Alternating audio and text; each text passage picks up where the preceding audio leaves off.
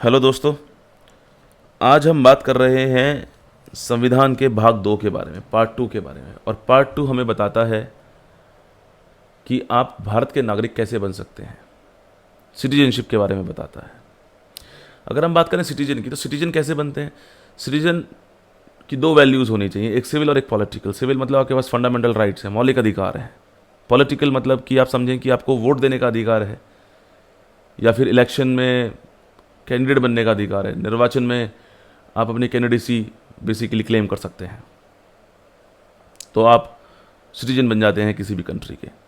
Politically human को 4 category में रखा गया है। 4 कैटेगरीज कौन कौन सी कैटेगरी है। पहली है नागरिक, सिटीजन। दूसरी है एलियन, विदेशी।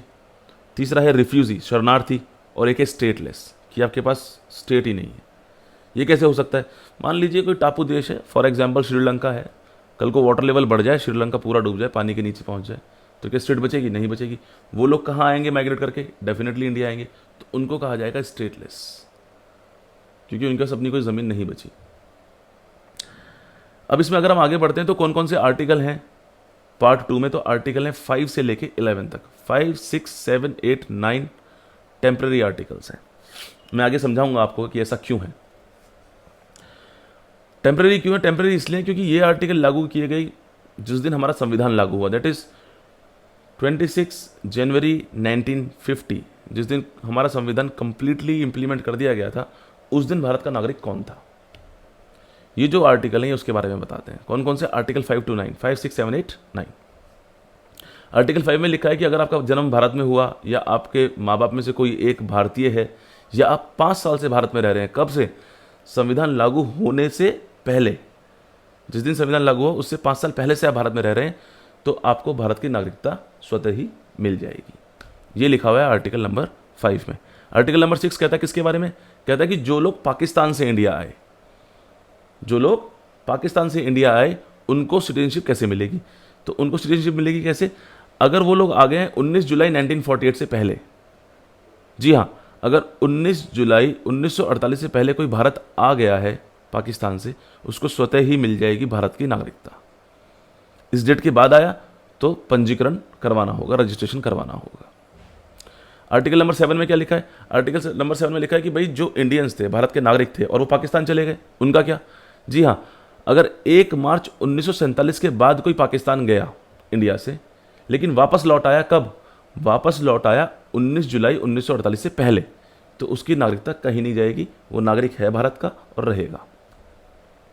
लेकिन अगर वो वापस लौटा 19 जुलाई 1948 के बाद, तो री रजिस्ट्रेशन करवाना अनिवार्य है। दोबारा से रजिस्ट्रेशन करवाना पड़ेगा, पंजीकरण करवाना पड़ेगा दोबारा।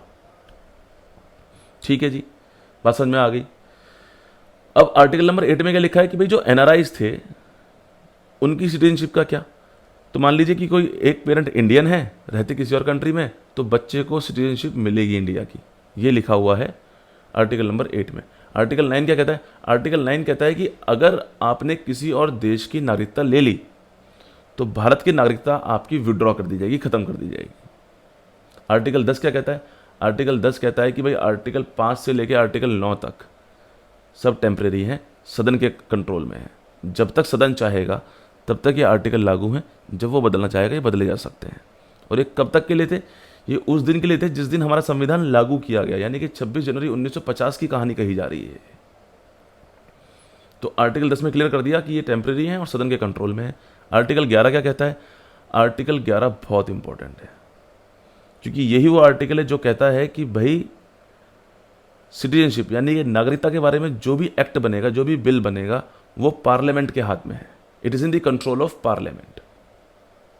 तो क्या बिल बनाए गए, एक्ट बने? डेफिनेटली बने। सिटीजनशिप अमेंडमेंट एक्ट बना 1955 में, जो कहता है कि आपको भारत की नागरिकता मिल सकती है 5 तरीकों से। कौन से 5 तरीके हैं? बाय बर्थ, जन्म से। आपका भारत में जन्म हुआ, या आपका दोनों माँ बाप में से कोई एक माँ बाप इंडियन है, तो आपको भारत की नागरिकता मिलेगी। लेकिन 1986 में इसमें अमेंडमेंट हुआ, कहा गया कि भाई दोनों पेरेंट में से कोई एक पेरेंट इंडियन होना चाहिए। ठीक है। फिर इसमें कुछ मसले आ रहे थे। मसले क्या रहे थे? मान लीजिए कोई माइग्रेंट आया, इंडिया में आके शादी कर ली, 6 महीने का वीज़ा था, बच्चा 9 महीने में पैदा होता है, तो आखिरी के 3 महीने में तो जो माइग्रेंट था, शादी भले ही कर ली इंडिया में, वो तो इलीगल हो गया। तो अब बच्चे को नागरिकता दी जाएगी क्या? तो 2003 में फिर अमेंडमेंट हुआ, फिर संशोधन हुआ। उसमें कहा गया कि एक पेरेंट, माँ या बाप में से कोई एक इंडियन होना चाहिए और जो दूसरा पेरेंट है वो इलीगल इमिग्रेंट नहीं होना चाहिए या इलीगल माइग्रेंट नहीं होना चाहिए। तो बहुत क्लियर हो गया कि ठीक है जी, ऐसे बना लेंगे। फिर दूसरा तरीका जो है, जो आपको भारत की नागरिकता दिलवा सकता है, वो है वंश। जी हाँ, बाय डिसेंट। मान लीजिए कि एक पेरेंट इंडियन है तो बच्चा एंटाइटल्ड है कि भाई ठीक है उसको भारत की नागरिकता मिलेगी। लेकिन कैसे? अगर बच्चा दुनिया के किसी भी कोने में अगर पैदा हो रहा है और एक पेरेंट इंडियन है तो पेरेंट को 1 साल के अंदर अंदर रजिस्ट्रेशन करवाना होगा। उस कंट्री में रजिस्ट्रेशन ऑफिस होगा इंडिया का, वहाँ रिपोर्ट करना होगा कि भाई ऐसे ऐसे है और हमारे बच्चे को भारत की नागरिकता दी जाए। तो with in the year of birth अगर आप रजिस्ट्रेशन करा लेते हैं तो स्वतः ही बच्चे को भारत की नागरिकता ईजिली मिल जाएगी, कोई प्रॉब्लम उसमें नहीं आएगी। तीसरा तरीका है बाय रजिस्ट्रेशन। ये बहुत इंपॉर्टेंट है। मान लीजिए विदेशी बहुत सारे आ गए भारत में, कहने लगे हाँ भी हमें सिटीजनशिप दी जाए, नागरिक बनाया जाए भारत का। तो उनके लिए रूल है 6+1, मतलब 6 साल तो मिनिमम उनको रहना है पहले, उसके बाद वो रजिस्ट्रेशन कराएंगे। और रजिस्ट्रेशन यानी कि पंजीकरण करवाने के बाद 1 साल और रहना है तो उनको भारत की नागरिकता मिल जाएगी। बोला जी कोई 10 साल से रह रहा है, 15 साल से रह रहा है, 20 साल से रह रहा है, तो उससे मतलब नहीं है। मिनिमम पीरियड इज 6 ईयर्स, उसके बाद रजिस्ट्रेशन के बाद 1 साल और रहना है। तो अगर आप 12 साल भी रह लिए और फिर आपने रजिस्ट्रेशन कराया तो पंजीकरण होने के 1 साल बाद फिर आपको और रहना है भारत में, तब आपको भारत की नागरिकता मिलेगी। अगला आता है incorporating the piece of land. मान लीजिए आने वाले समय में श्रीलंका इंडिया में मिल जाए या पाकिस्तान इंडिया में मिल जाए, तो जो भी कंट्री या जो भी पीस ऑफ लैंड इंडिया में इनकॉर्पोरेट हो जाएगा, उन सभी लोगों को जो वहाँ रहते हैं उनको भारत की नागरिकता स्वतः ही मिल जाएगी। फिर आता है बाय नेचुरलाइजेशन, देशीकरण से। देशीकरण में क्या है कि 8th शेड्यूल में 22 लैंग्वेज लिखी हैं हमारी। उन 22 लैंग्वेज से किसी एक में अगर आप महारत हासिल कर लें तो भारत सरकार आपको भारत की नागरिकता दे सकती है। और कैसे मिलेगी?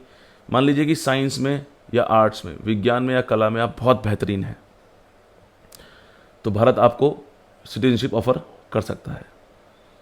या आपको 10 साल यहाँ रहते हुए हो गए, या आपका कैरेक्टर बहुत अच्छा है, तो इन सभी कारणों से आपको सिटीजनशिप मिल सकती है इंडिया की। लेकिन इसमें एक कंडीशन है। कंडीशन क्या है कि जिस देश से आप बिलोंग करते हैं या जो व्यक्ति है वो जिस देश से बिलोंग करता है उस देश को कोई आपत्ति ना हो देशीकरण से, नेचुरलाइजेशन से। अगर उस देश को आपत्ति होगी तो नहीं मिलेगी आपको नागरिकता। देश को आपत्ति नहीं है तो भारत आपको सिटीजनशिप ऑफर कर सकता है। जहाँ तक ये पॉइंट सारे क्लियर हो गए होंगे आपको। बोला ठीक है जी, सिटीजनशिप कैसे मिलेगी वो तो आपने बता दिया, लेकिन सिटीजनशिप चली कैसे जाएगी, टर्मिनेट कैसे हो जाएगी? तो ये भी 1955 में लिखा हुआ है। 5 तरीके दिए हुए हैं आपको सिटीजनशिप कैसे मिलेगी और 3 तरीके दिए हुए हैं सिटीजनशिप कैसे चली जाएगी। तो सिटीजनशिप जानने के तरीके हैं। पहला है टर्मिनेशन। सिंपल सी बात है, आपने किसी और देश की सिटीजनशिप ले ली तो भारत की नागरिकता आपकी खत्म। ठीक है जी। दूसरा है रिनंशिएशन, मतलब परित्याग, आपने स्वतः अपनी इच्छा से भारत की सिटीजनशिप छोड़ दी। और तीसरा है डिप्राइवेशन, डिप्राइव कर दें आपको, वंचित कर दें। वंचित कब करेंगे? जब कोई गलत काम होगा। मान लीजिए कि 7 साल हो गए, 7 ईयर्स, आपने अपने देश से कोई कांटेक्ट ही नहीं किया, तो स्वतः ही आपकी सिटीजनशिप चली जाएगी। या आप रजिस्टर्ड सिटीजन हैं, आपने अप्लाई किया, सिटीजनशिप आपको मिली है, तो शुरुआती 5 साल में से किन्हीं 2 साल में आप कन्विक्ट हो जाएं, कोई कानूनी कार्रवाई हो जाए आपके पास 2 साल के लिए, तो आपकी सिटीजनशिप वापस ले ली जाएगी। या आपने डॉक्यूमेंट्स फेक लगाए हों, या आपने देशद्रोही का कोई कार्य कर दिया हो, तो भारत आपकी सिटीजनशिप को डिप्राइव कर लेगा, आपको भारत की नागरिकता से वंचित कर देगा। उसके बाद आगे कुछ हुआ इसमें, डेफिनेटली जी आगे फिर अमेंडमेंट हुए। तो सिटीजनशिप अमेंडमेंट एक्ट, जिस पे बहुत ज़्यादा हल्ला गुल्ला हो रहा, बहुत शोर मच रहा, ये हो गया वो हो गया, उसके बारे में बात करते हैं। और वो हुआ 2019 में। 2019 में ये कहा गया कि अगर 3 देशों से, 3 देश कौन कौन से? पाकिस्तान, अफगानिस्तान, बांग्लादेश, 3 देशों से 6 धर्म के लोग, 6 धर्म कौन कौन से? हिंदू, सिख, ईसाई, जैन, बौद्ध और पारसी। इन 3 देशों से अगर ये 6 धर्म के लोग भारत में आए हैं, कब आए हैं? 31 दिसंबर 2014 से पहले, तो उनको डायरेक्टली भारत की नागरिकता दे दी जाएगी, सिटीजनशिप दे दी जाएगी। सवाल उठता है तुरंत कि भाई मुस्लिम्स के लिए ऐसा क्यों नहीं है? क्योंकि इन देशों में जो मुस्लिम है वो मेजॉरिटी में है। ये जो बिल बना था, ये जो एक्ट आया था, ये माइनॉरिटीज़ के लिए था। तो ये जो बाकी 6 धर्म हैं, ये इन 3 देशों में माइनॉरिटीज़ है, इसलिए ये एक्ट मुस्लिम्स पर लागू नहीं होता।